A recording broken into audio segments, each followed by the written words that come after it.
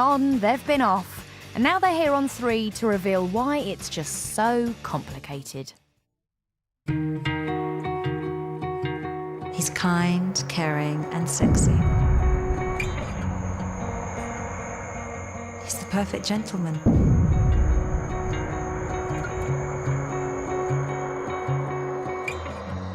He's everything I've always wanted. What a pity, what a sham. What's the matter with you, man? And he's mine. All mine. I love him. I love her. I love him. I love him.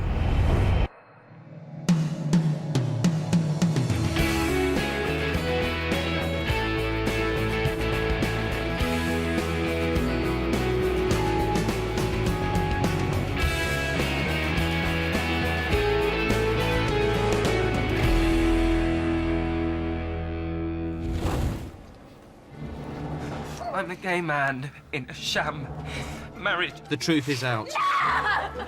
The secret of Kristen and Saeed is finally revealed. It's pretty explosive. It is a jaw-dropping moment. It's the mother of all duffs. We look at the love and the lies that have kept them together. How can you do it to Amira? All I am to you, Sai, is still this dirty little secret. I'm a married man. Been building up and building up and building up, and these two guys are genuinely in love. I love you. It's Romeo and Romeo. And how the love that must remain silent threatens to tear their world apart. Stop this foolishness now and look after your family! The fallout will be the slow disintegration of the Masood family. Like a good Muslim. Like a good man!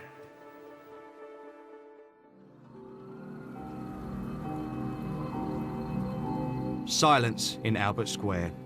It's the calm before the storm. Please, no!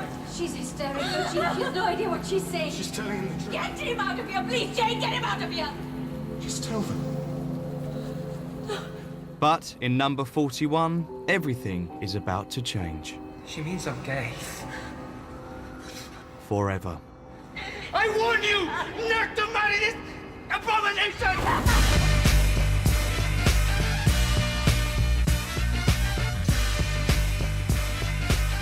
We thought, OK, right, time to get the end game out. We all knew it was going to take place somewhere public, and it wasn't just going to be a quiet, P.S. I'm gay. All right, guys, we're in business. Let's shoot, please. Number 1.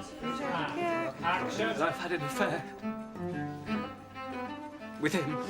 We are filming a scene that where we're having a party, a flat warming party for Saeed and Amira, And action. Just got to take her upstairs.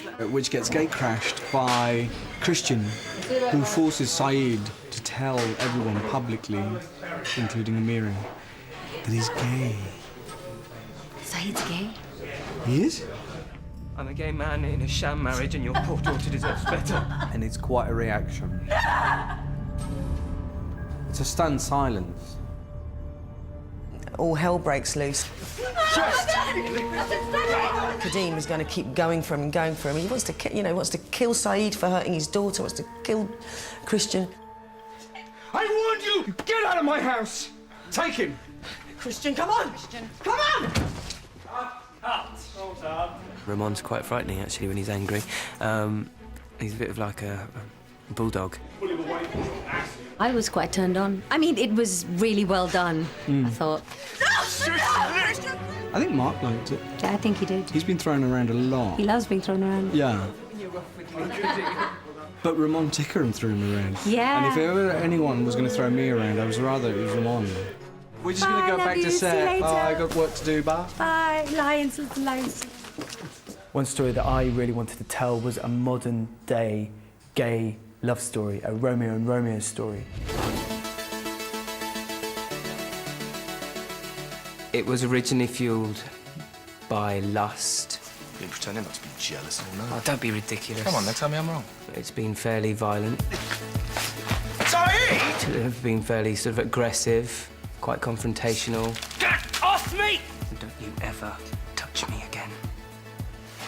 And then it developed into a sort of love story, and the two of them discovered their feelings were deeper than first anticipated. It's a classic love story and the stakes are enormous.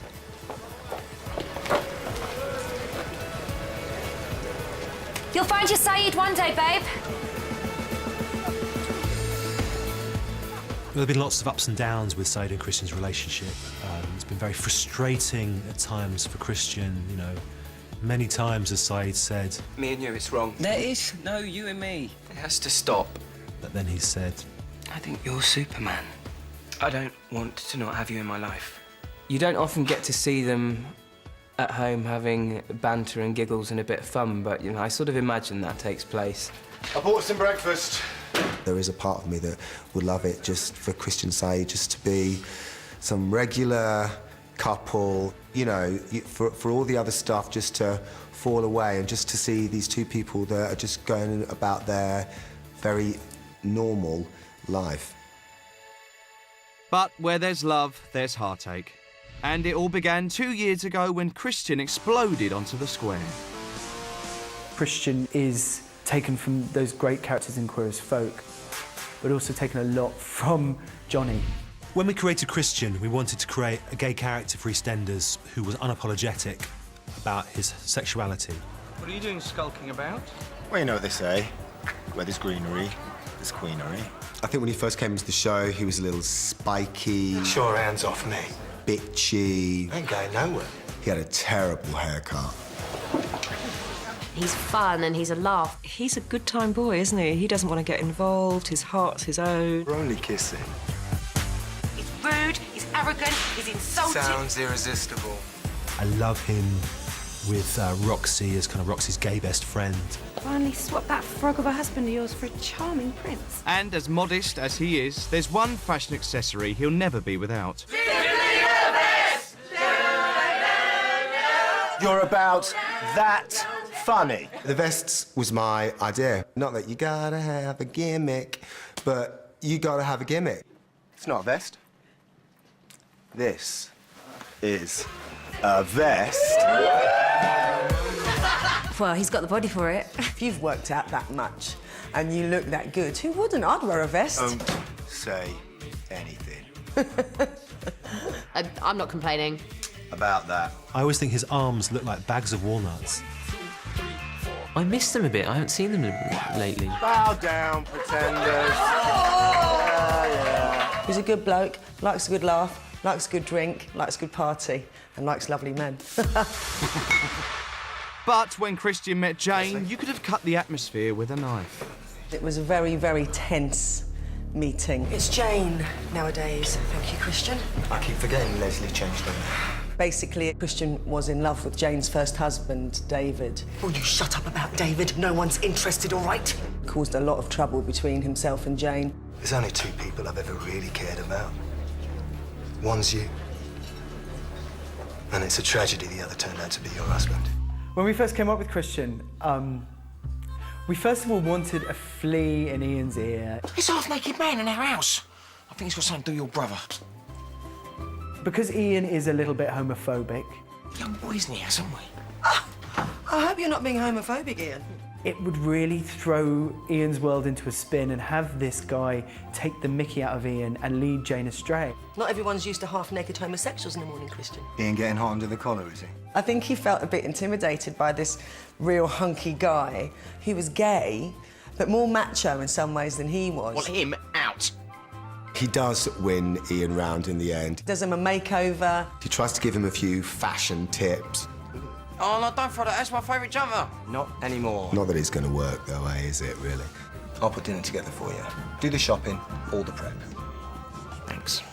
I appreciate this. I think that's when Ian saw the plus side of having a gay brother-in-law.